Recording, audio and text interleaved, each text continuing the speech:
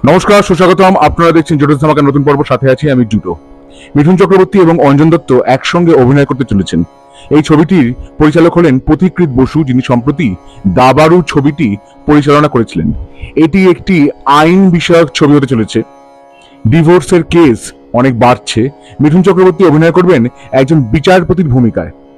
তার নিজের জীবনেও একটি ডিভোর্সের কেস চলছে, সেটা দেখানো হবে। তার স্ত্রীর ভূমিকায় অভিনয় করবেন অঞ্জনা বসু এবং অঞ্জনা বসুর প্রাক্তন প্রেমিকের ভূমিকায় অভিনয় করবেন অঞ্জন দত্ত। অঞ্জন দত্ত, মিঠুন চক্রবর্তী দুজনে আজ অব্দি কোনোদিন একসাথে কোনো ছবিতে অভিনয় করেননি, অথচ দুজনের মধ্যে একটা কানেকশন আছে।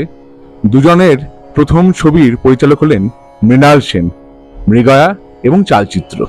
তবে মিঠুন চক্রবর্তী এবং অঞ্জন দত্ত একই ছবিতে অভিনয় করলে সেটাই যে এই ছবির ইউএসপি হতে চলেছে, এতে কোনো সন্দেহ নেই।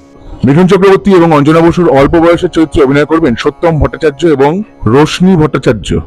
কিন্তু এখানে আমার একটা প্রশ্ন আছে, সত্যম ভট্টাচার্যের সঙ্গে মিঠুন চক্রবর্তীর চেহারার কিভাবে কোনো সাদৃশ্য হতে পারে সেটা আমি এখনো অবধি ঠিক বুঝতে পারছি না। ছবিটির নাম হচ্ছে শ্রীমান ভার্সেস শ্রীমতী। ছবিতে এছাড়াও অভিনয় করছেন পরমব্রত চট্টোপাধ্যায়, মধুমিতা সরকার। ছবির শুটিং শুরু হবে 5 সেপ্টেম্বর থেকে। তাহলে আমার এই ছোট্ট ব্লগটা কেমন লাগলো? ভালো লেগে থাকলে অবশ্যই লাইক করুন, শেয়ার করুন, সাবস্ক্রাইব করুন আমার চ্যানেল এবং আমার ফেসবুক পেজ জুডোস ধামাকা, সেটাকেও লাইক করুন, ফলো করুন। পরের পরে ফিরছি নতুন কোনো চমক নিয়ে, নতুন কোনো ধামাকা নিয়ে। হ্যাস্টালা ভিস্টা, জুডোস ধামাকা, লেটস ডু দ্য ধামাকা।